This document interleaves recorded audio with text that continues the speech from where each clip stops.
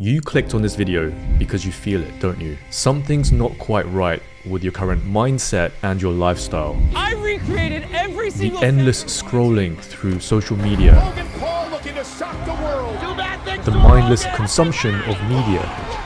And that nagging feeling that your days are just slipping away aimlessly. Deep down, you crave focus, purpose, and success. Now, this isn't your typical take this pill and fix your brain in 24 hours type of video that every other YouTuber manipulates you into believing is possible. I'm afraid that's not how the human brain functions. By the way, my name's Cheng and I'm building a business, and on this journey I'm learning a lot. Today I will show you how a dopamine detox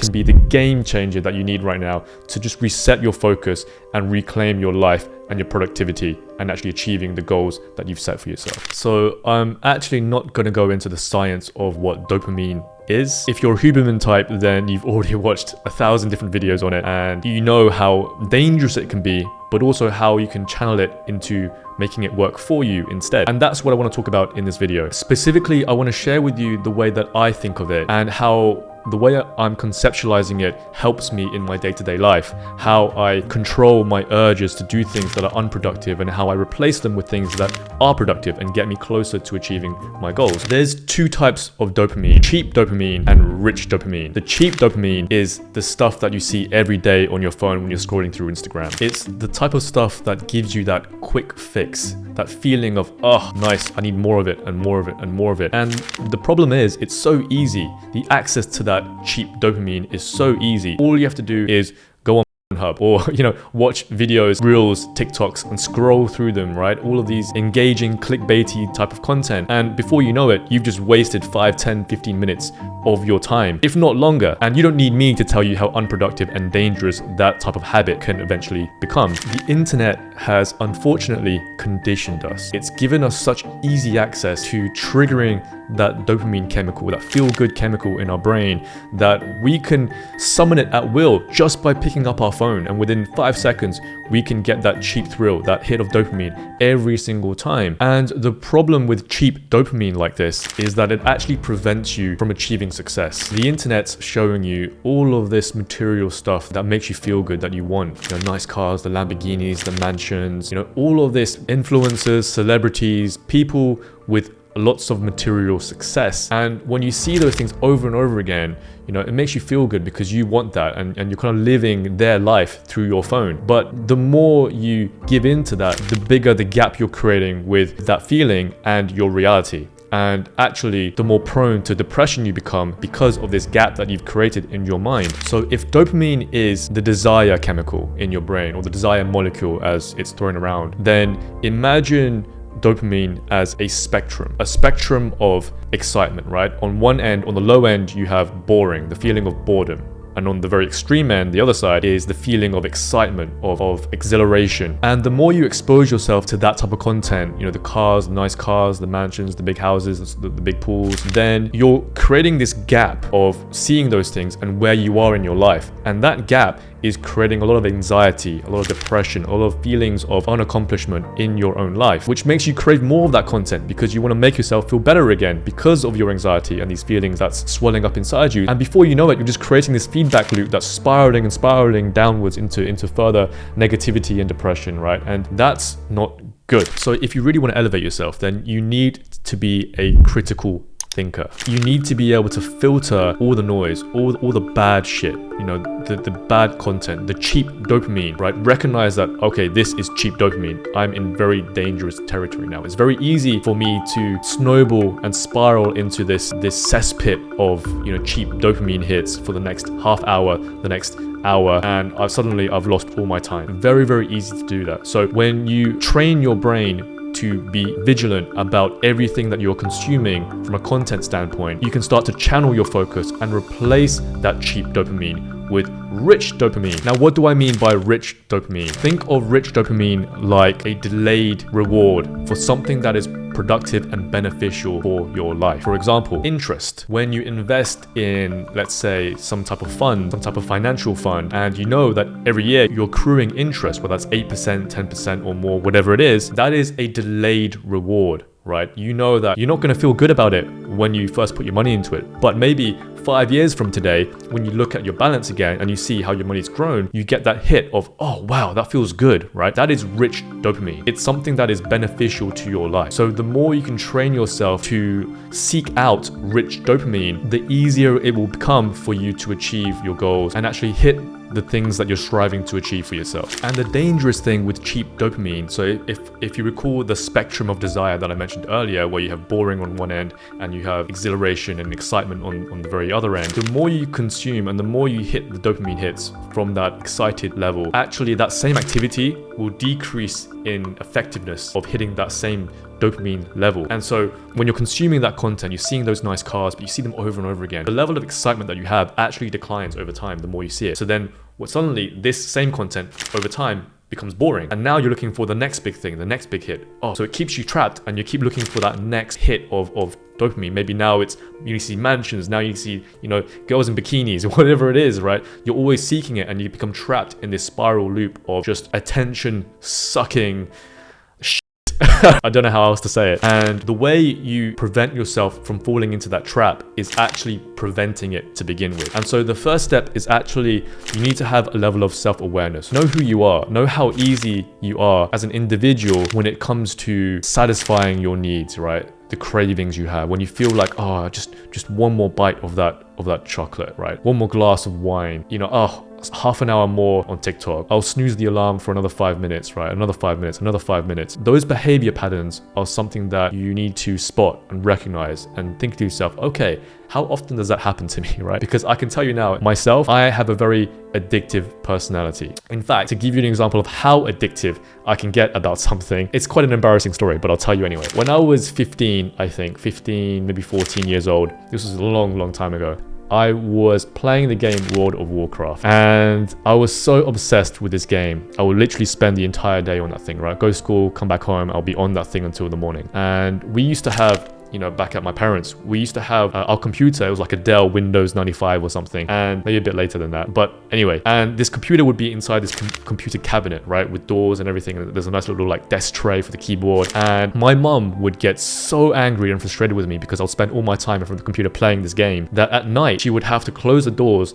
and then lock it with a padlock so I couldn't access the computer. That's how much I was addicted to playing this goddamn game. And if that wasn't enough, I would creep down in the middle of the night when everyone was asleep. And because the door up to this computer cabinet was locked, I would unscrew the doors to this cabinet, take the doors off the hinges, and just game until the morning hours, right? As soon as somebody starts waking up in the morning, I would just, take the door, screw it back on, and then go back to bed, right? Well, that's how addicted I was to this game. So I have a very addictive personality. And because of that, even to this day, I'm very careful about what I choose to do for fun, because there are some things that I know are very dangerous for myself. I know that, oh my god, Diablo, was it like 4 at the moment, right? Diablo 4, man, let's not download that game, right? Because I know that if I do that, that's gonna suck away a week, 2 weeks, maybe a month of my time, and that has a huge impact on my business, on my team members, my clients, people who are depending on me, and I can't afford to risk that at all. So know yourself and know that all it takes is one decision, one action. And it's tough, right? Sometimes it's a very hard decision, especially when you haven't practiced and trained your kind of mental muscles to be able to do that and say, nope, all right, not gonna touch it, and then look away. And that takes me to the first topic of this video.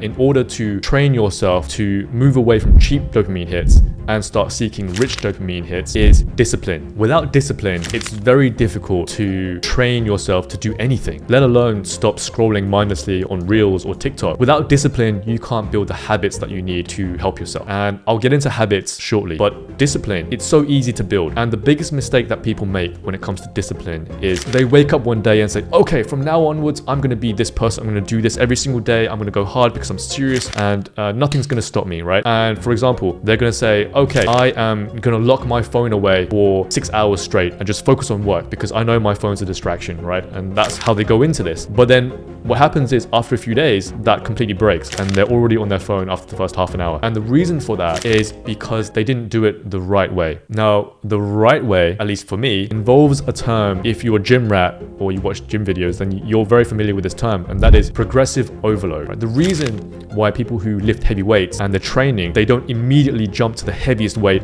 and try and bust out the maximum amount of reps or the heaviest weight from the very beginning, is because you haven't worked yourself up to that. And if you do that, then you're very prone to injury. You probably won't be able to do it, and it's going to cause issues, right, over the long term. It's the exact same thing when it comes to, building your discipline and building habits and not giving in to cheap dopamine hits. And so you want a progressive overload. So when you're practicing discipline, do things in baby steps. Work your way up so that it's easy in the beginning and it gets progressively harder over time. Give yourself weeks. Don't try and do it all in one day. So if you know that your phone's a distraction, don't lock it away for 6 hours immediately the first time you try and do this. Lock it away for an hour. Then, okay, after an hour of deep work, if I deserve it, I'm gonna then take my phone again, right?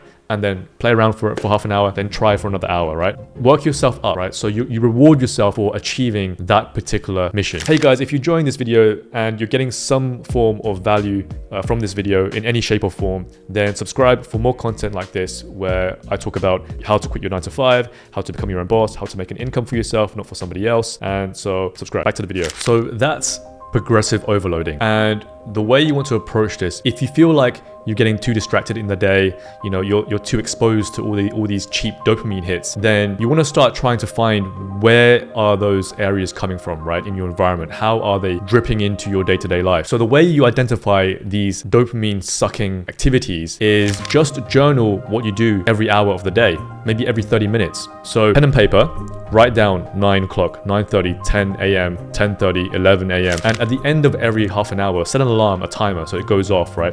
I actually have one of these things. I got the idea from a Homozy video that he made, where he's got this timer thing where you swivel it, gives you a timer, press the button, and it counts down, right? And then it beeps when the time's up. Get yourself one of these. It's like $10 on Amazon or something. And every half an hour, just jot down, all right, what have I been doing over the last half an hour, right? And over time, over a week, 2 weeks, you're gonna realize the things that are taking away from your attention and your focus and distracting you, right? The areas that are unproductive. And when you identify those things, progressively overload by working yourself up in the time of which you are removing them from your environment. So for example, if Netflix is a distraction, then for the first day, do something that prevents you from being able to access it too easily. Maybe that's removing the control, locking the controller away, or maybe it's unplugging the TV and moving the cable somewhere else so that it takes effort for you to go and plug in the cable and turn on the TV. Whatever friction you can add to that process, the easier it will be for you to not be tempted to turn Netflix on. And work yourself up, progressive overload. So the first day, lock the cable away for an hour. The next day, lock it away for an hour and a half. Then the following day, 2 hours, right? Work yourself up if